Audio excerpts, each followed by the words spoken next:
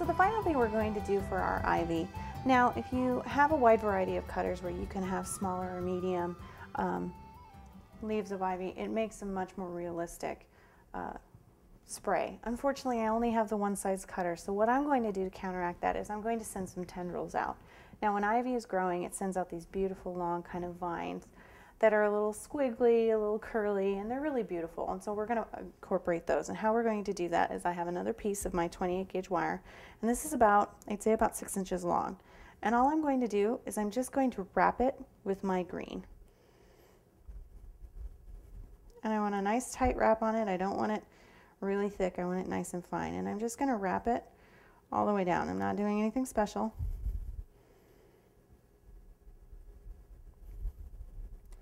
And when I get down here to the end, I'm actually going to leave a little extra.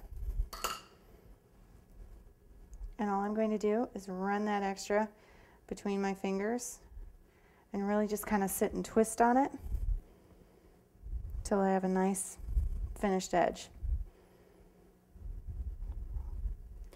And then when I'm happy with how that looks, I'm going to take, I'm not sure what the name of this, but it comes with your Gumpaste tools. You can also use a dowel. And all I'm going to do is just I'm going to take my wire and I'm just going to wrap it around. Now when I pull it off, it's a little more uniform than I want it to be.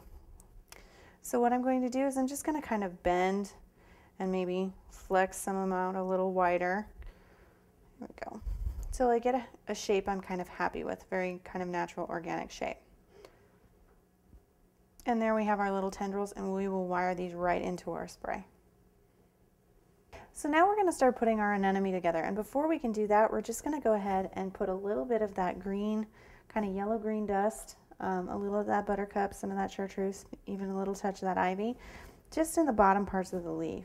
And I know it seems a little extreme, but it actually makes your flowers look more white, which seems counterintuitive because you're adding green to them, but it actually makes the tips of your leaves or of your petals really pop and makes them look very, very white.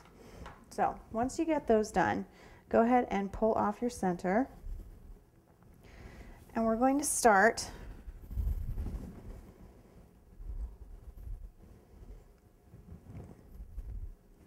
by just wrapping with our floral tape, and go ahead and get it started. And then you're going to slide it up as far as it will go, because you really want that wire to be hidden. And try not to catch any of the threads with your fingers, but sometimes it happens. And don't worry right now if it starts to clump up, you can always reposition it. Okay, so what you want to do is you want to start with your small petals. You want to put all 5 small petals on, and then you want to put your large petals on after that. So what I like to do is kind of bend them so that they're almost in the right position to start with. Add, give a little twist.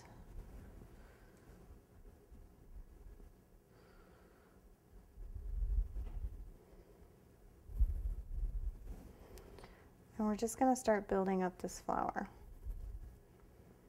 And once again, the position of the petal itself isn't as important as the position of the wire, because the wire will really dictate where you're able to place that petal later. Okay. So once we get all the wires where we want them, petals kind of positioned where we want them, go ahead and get that first layer taped down. And you'll see that our center's not nice and fluffy like we want it to be. Don't worry about that, we will get that fixed.